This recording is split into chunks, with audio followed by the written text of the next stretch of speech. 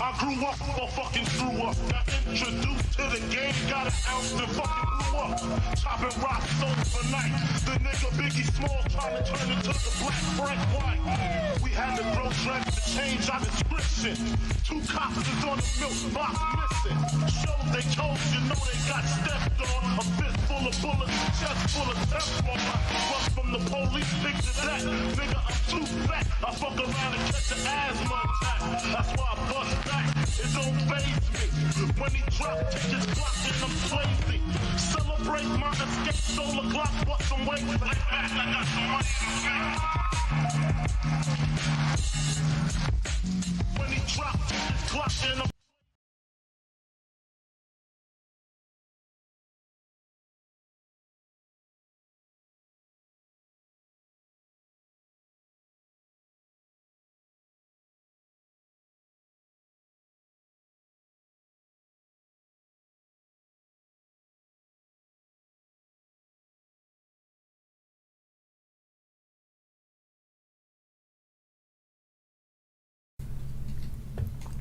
Welcome and happy Friday.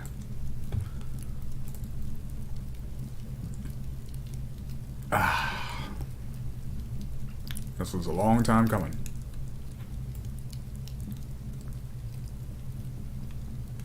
Making sure everything's in proper order. Yeah. Here's an idea. There we are. Beautiful. Welcome all to Side of Cycles D4 stream, in which we come together to enjoy the reading of the final chapter of H.P. Lovecraft's The Shadow over Innsmouth. The previous chapter that we read a couple of days ago was quite intense. Quite excited to see how this turns out. What kind of features are common in the Lovecraftian fiction that will be repeated here. For those of you who are new to this, please note that I did not rehearse this. I haven't even read this chapter before, so there may be a couple of hiccups or blemishes, mispronunciations here and there. You may hear me pause now and again. This isn't an audiobook reading, it's a live reading, but I am well prepared for whatever comes. Imagine as though we're just sitting in the same room enjoying a good story. Please enjoy whatever else you're doing while I am reading. I would not be so conceited as to ask you to stop whatever you're doing just to listen to me prattle. But as much as you can, to whatever degree you can, sit back and enjoy H.P. Lovecraft's The Shadow over Innsmouth. Chapter 5. It was a gentle daylight rain that awaked me from my stupor in the brush-grown railway cut. And when I staggered out to the roadway ahead, I saw no trace of any prints in the fresh mud. The fishy odor, too, was gone. Innsmouth's ruined roofs and toppling steeples loomed up grayly toward the southeast, but not a living creature did I spy in all the desolate salt marshes around. My watch was still going, and told me that the hour was past noon. The reality of what I had been through was highly uncertain in my mind, but I felt that something hideous lay in the background. I must get away from evil-shadowed Innsmouth, and accordingly, I began to test my cramped, wearied powers of locomotion. Despite weakness, hunger, horror, and bewilderment, I found myself after a long time able to walk. So started slowly along the muddy road to Rowley. Before evening, I was in the village, getting a meal and providing myself with presentable clothes.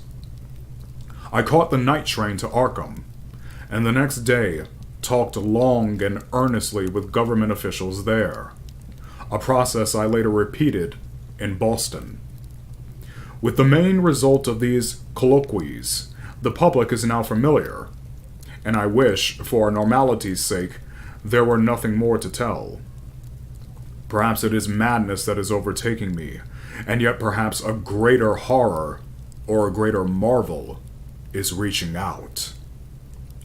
As may well be imagined, I gave up most of the foreplanned features of the rest of my tour, the scenic, architectural, and antiquarian diversions on which I had counted so heavily. Nor did I dare look for that piece of strange jewelry said to be in the Miskatonic University Museum. I did, however, improve my stay in Arkham by collecting some genealogical notes I had long wished to possess. Very rough and hasty data, it is true, but capable of good use later on when I might have time to collate and codify them. The curator of the Historical Society there, Mr. E. Latham Peabody, was very courteous about assisting me, and expressed unusual interest when I told him I was a grandson of Eliza Orne of Arkham, who was born in 1867, and had married James Williamson of Ohio at the age of 17. It seemed that a maternal uncle of mine had been there many years before on a quest much like my own, and that my grandmother's family was a topic of some local curiosity. There had, Mr. Peabody said, been considerable discussion about the marriage of her father, Benjamin Orne, just after the Civil War, since the ancestry of the bride was peculiarly puzzling. That bride was understood to have been an orphaned Marsh of New Hampshire, a cousin of the Essex County Marshes, but her education had been in France, and she knew very little of her family. A guardian had deposited funds in a Boston bank to maintain her and her French governess, but that guardian's name was unfamiliar to Arkham people, and in time, he dropped out of sight, so that the governess assumed his role by court appointment. The Frenchwoman, now long dead, was very taciturn, and there were those who said she could have told more than she did. But the most baffling thing was the inability of anyone to place the recorded parents of the young woman, Enoch and Lydia Meserve Marsh, among the known families of New Hampshire. Possibly, many suggested, she was the natural daughter of some Marsh of prominence. She certainly had the true Marsh eyes. Most of the puzzling was done after her early death, which took place at the birth of my grandmother, her only child. Having formed some disagreeable impressions connected with the name of Marsh, I did not welcome the news that it belonged on my own ancestral tree, nor was I pleased by Mr. Peabody's suggestion that I had the true Marsh eyes myself.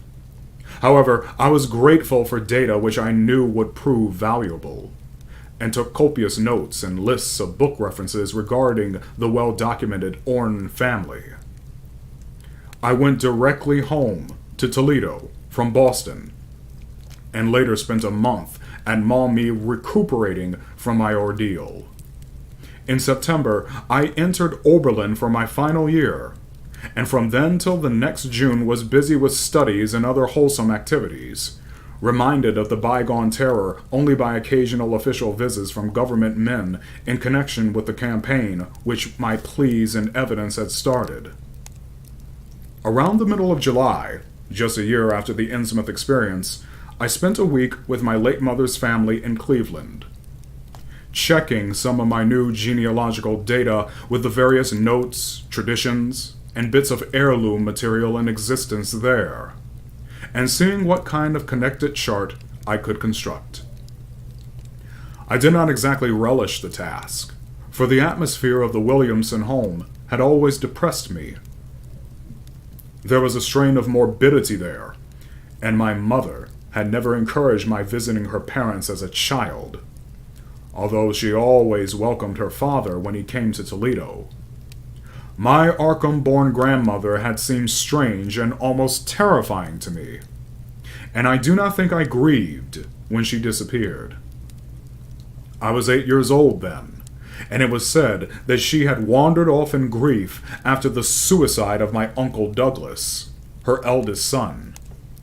He had shot himself after a trip to New England, the same trip, no doubt, which had caused him to be recalled at the Arkham Historical Society.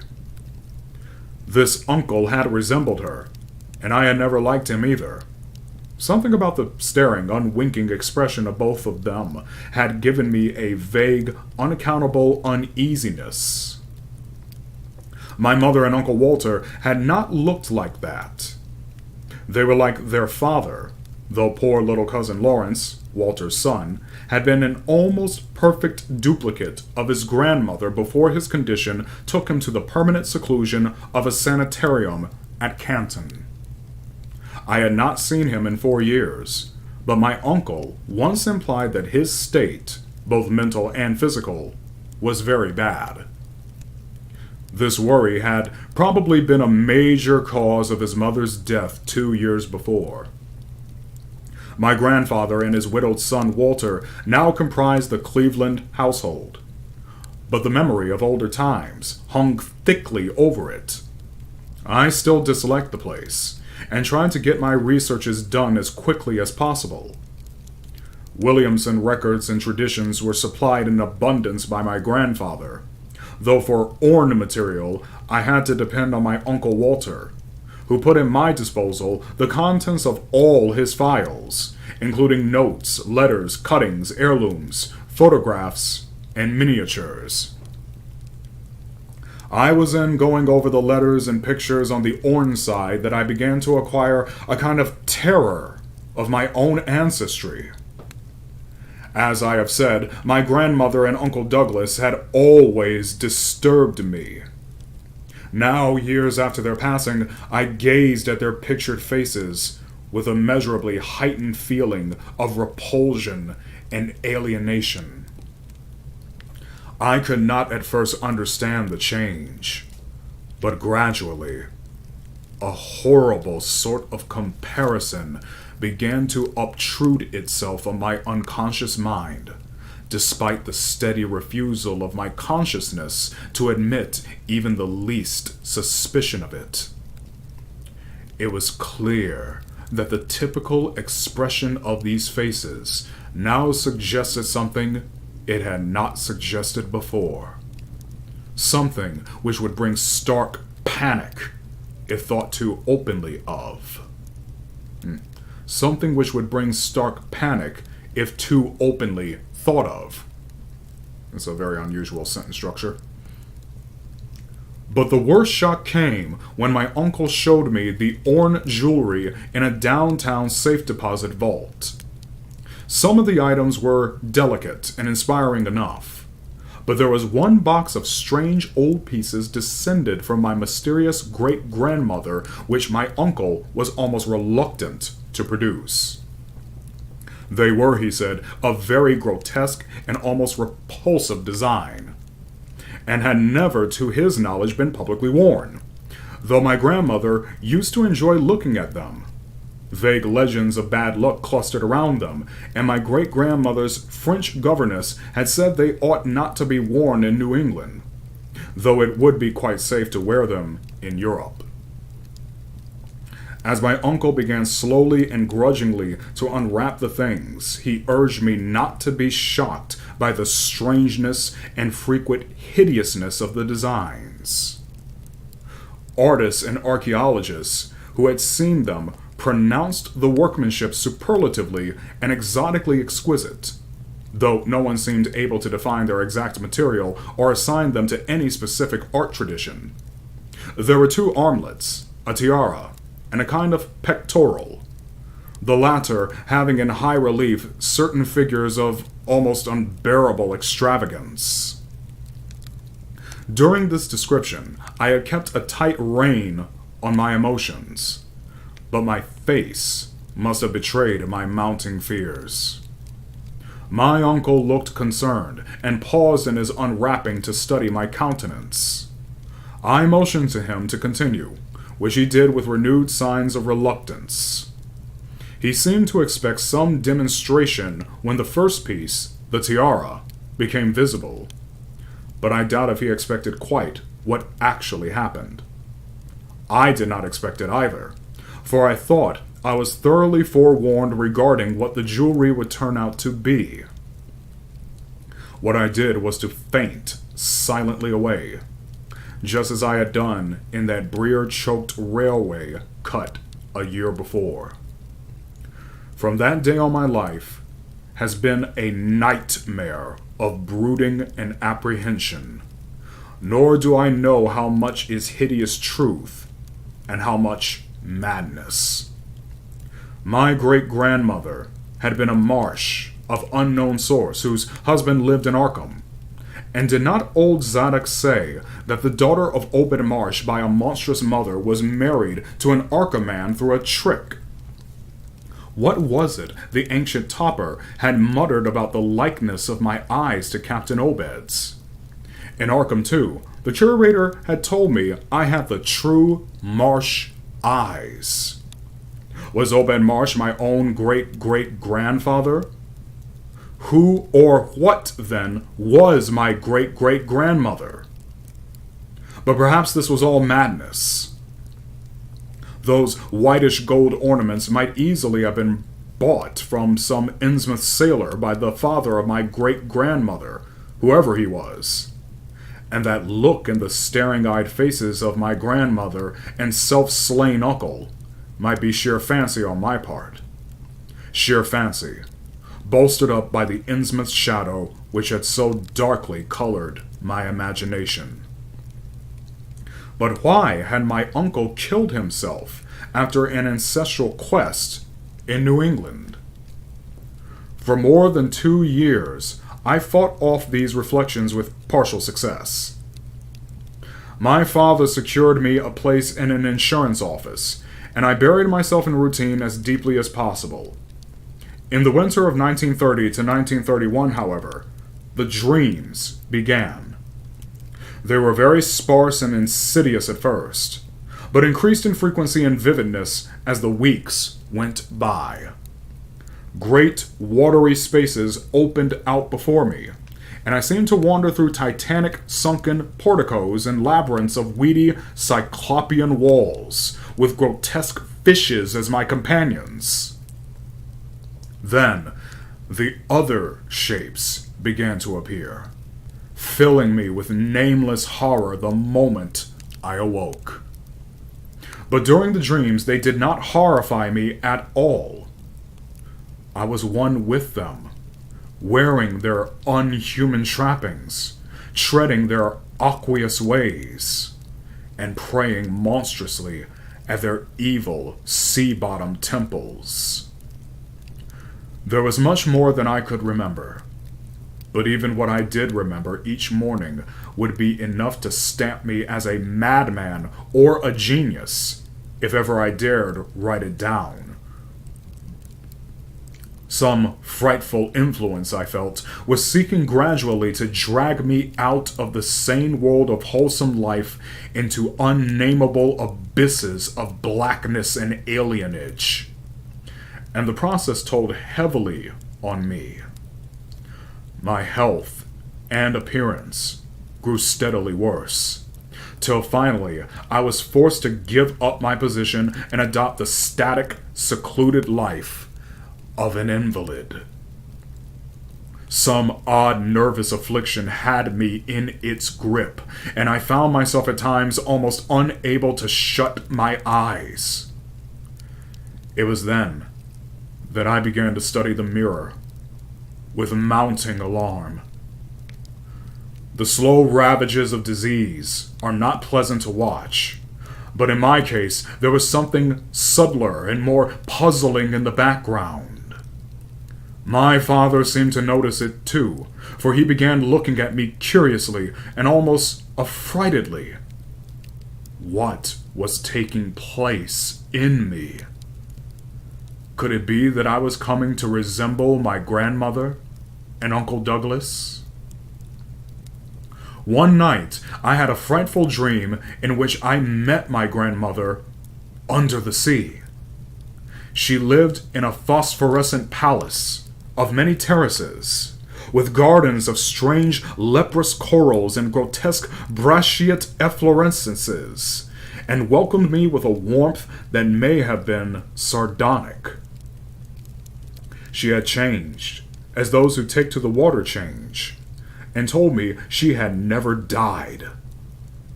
Instead, she had gone to a spot her dead son had learned about, and had leaped to a realm whose wonders, destined for him as well, he had spurned with a smoking pistol.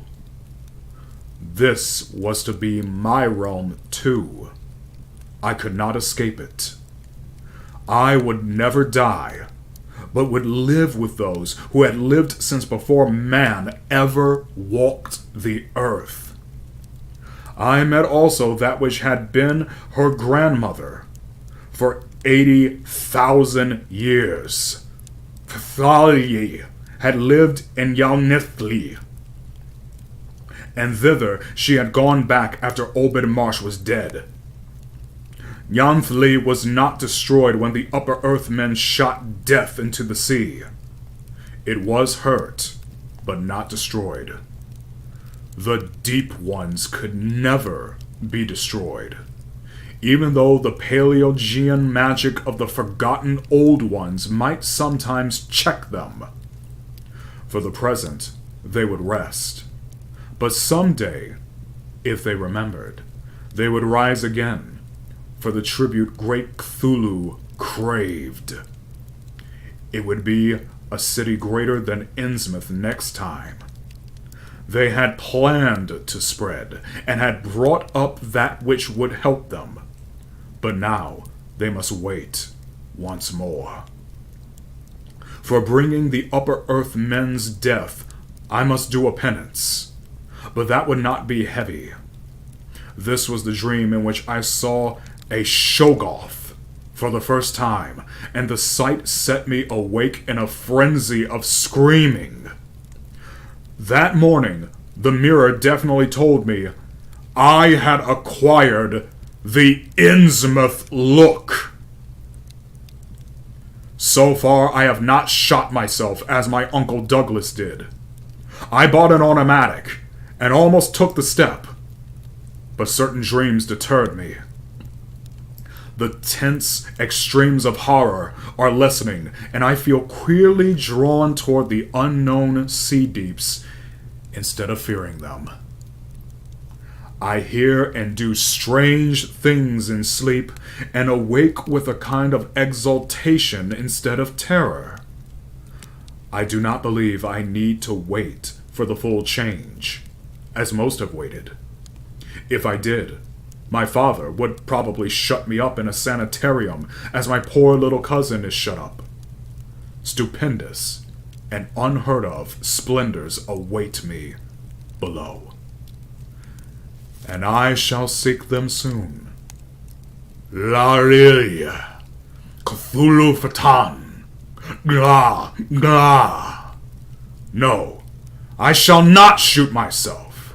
I cannot be made to shoot myself. I shall plan my cousin's escape from that Canton madhouse, and together we shall go to marvel-shadowed Innsmouth. We shall swim out to that brooding reef in the sea, and dive down through black abysses to Cyclopean and many-column Yanthle. And in that lair of the deep ones, we shall dwell amidst wonder and glory forever.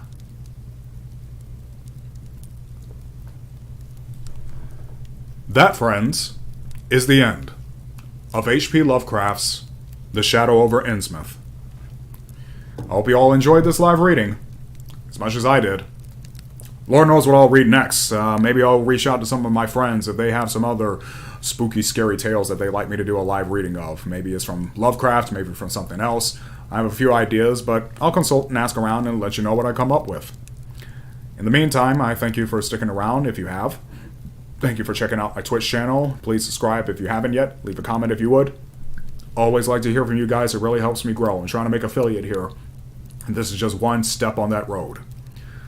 But as for everything else, glad it was a rather short chapter, less than half an hour long. Good way to tie it off. I got some other things to take care of, so I'll go ahead and get to that. But in the meantime, the rest of you, take care, enjoy the rest of your weekend, and God bless.